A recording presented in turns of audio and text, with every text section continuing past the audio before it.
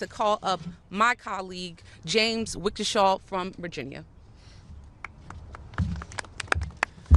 I want to add my appreciation to Ranking Member Thompson for bringing us together today to begin this process of accountability for Secretary Noem. And just a few hours ago, not far from here in Virginia, I dropped off my 5-year-old at his preschool.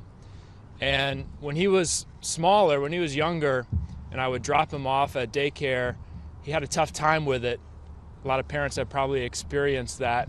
He would cry a little bit and not want me to leave.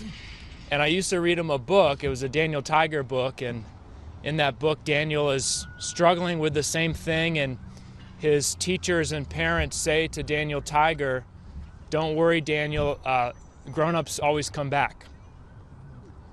And Renee Good dropped off her 6-year-old at school, and she didn't come back.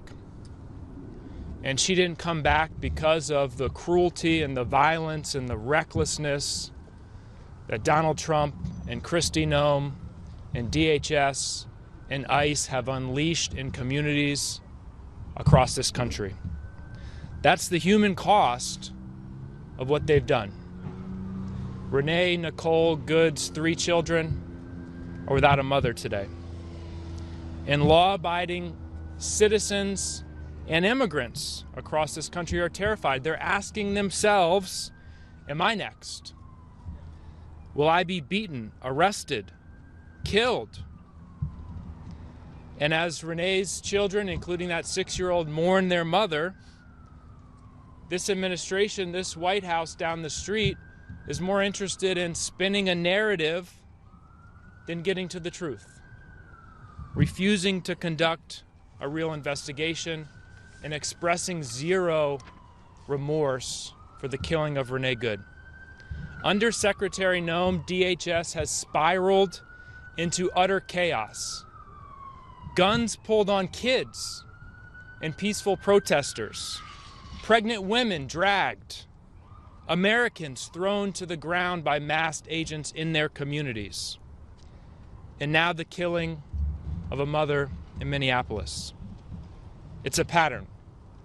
Since Donald Trump returned to office, federal immigration officers have opened fire at least 16 times nationwide.